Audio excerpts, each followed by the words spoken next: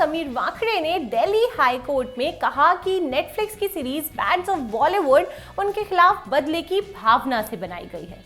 उनका कहना है कि ये सीरीज आर्यन खान की 2021 ड्रग केस वाली अरेस्ट का रिवेंज प्रोजेक्ट है। अब याद दिला दें कि समीर वाकड़े वही narcotics control bureau NCB officer थे जिन्होंने आर्यन खान को अरेस्ट किया था, लेकिन 2022 में एनसीबी के स्पेशल इन्वेस्टिगेशन टीम एसटीटी ने एविडेंस की कमी की वजह से आर्यन को क्लीन चिट दे दी थी।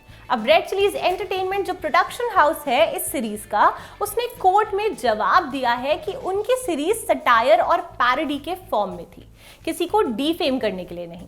उन्होंने ये भी कहा कि ये वाकड़े ने अपनी रेपुटेशन खुद ही खराब कर रखी है और वो तो पहले से ही मीम्स और पब्लिक रिडिक्यूल का सब्जेक्ट थे। लेकिन वाकड़े का जवाब और भी स्ट्रॉन्ग था।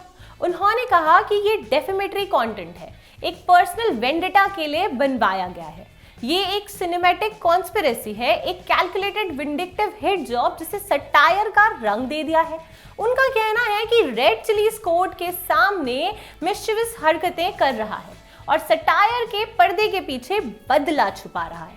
वाकड़े ने यह भी कहा कि सटायर के गार्ड में किसी आईआरएस ऑफिसर को रिडिक्यूल, ह्यूमिलेट और डिफेम करना एक्सेप्टेबल नहीं है।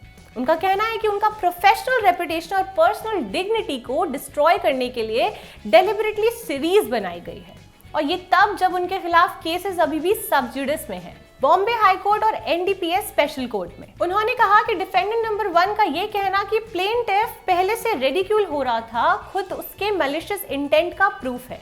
मतलब अगर कोई पहले से ट्रोल हो रहा है तो क्या आपको उसका मजाक उड़ाने का लाइसेंस मिल गया? वाकड़े ने ये भी बोला कि ये डेलिबरेट और प्री मेडिटेटेड कैरेक्टर असैसिनेशन है, और ये इंसल्ट है सिर्फ एक ऑफिसर की नहीं बल्कि उनके यूनिफॉर्म की भी। उन्होंने कहा लॉ एनफोर्समेंट का काम स्टेज एक्ट नहीं होता, ये पब्लिक सर्विस होती है और जिसमें पर्सनल रिस्क भी होता है। उन लोगों को मजाक बनाना जिन्होंने अपनी जिंदगी देश के लिए लगाई है, क्रिएटिव फ्रीडम नहीं, इंसल्ट है। आपको बता दें कि केस में डिफेंडेंट्स है red chillies entertainment private limited, Netflix, x Corp Twitter, Google LLC, Meta platforms, RPG lifestyle media private limited और जॉन डो। वाकड़े ने 2 करोड़ डैमेजेस मांगे हैं जो वो टाटा मेमोरियल कैंसर हॉस्पिटल को डोनेट करेंगे कैंसर पेशेंट्स के ट्रीटमेंट के लिए। और एक और बड़ा चार्ज, उन्होंने कहा कि सीरीज में एक सीन है जहां एक कैरेक्टर सत्यमेव जयते कहकर मिडिल फिंगर दिखाता है। ये उनके मुताबिक prevention of insults to national honour act 1971 का सीरियस वायलेशन है, जिसमें लीगल पनिशमेंट तक हो सकती है। उन्होंने ये भी कहा कि कंटेंट इंफॉर्मेशन टेक्नोलॉजी एक्ट और भारतीय न्याय संहिता बीएनएस के प्रोविजंस का भी वायलेशन करता है।